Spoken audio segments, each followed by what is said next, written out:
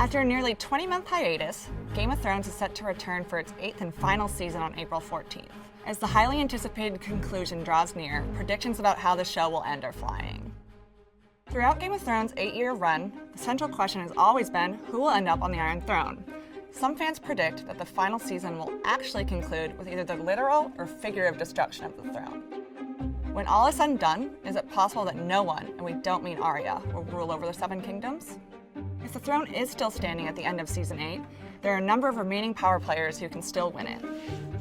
While Cersei Lannister currently wears the crown, there are several prophecies that seem to be working against her, including Maggie the Frog's prediction that another, younger, more beautiful queen will come to cast her down and take all she holds dear.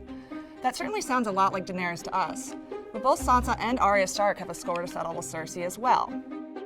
Meanwhile, Red Priestesses of the Lord of Light have declared both Daenerys and Jon to be the prince who was promised, a prophesied savior who is the reincarnation of legendary hero Azor Ahai and is destined to lead the people against a darkness, which we can only assume is a reference to the White Walkers.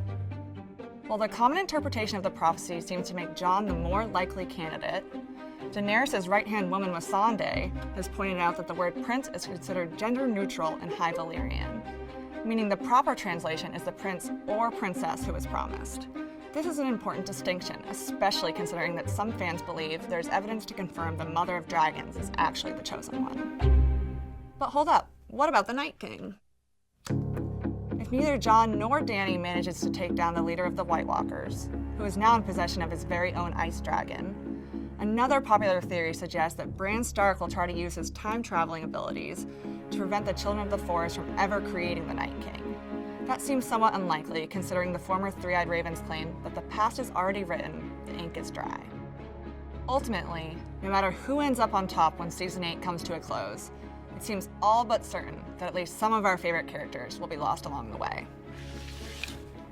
This is Game of Thrones, after all.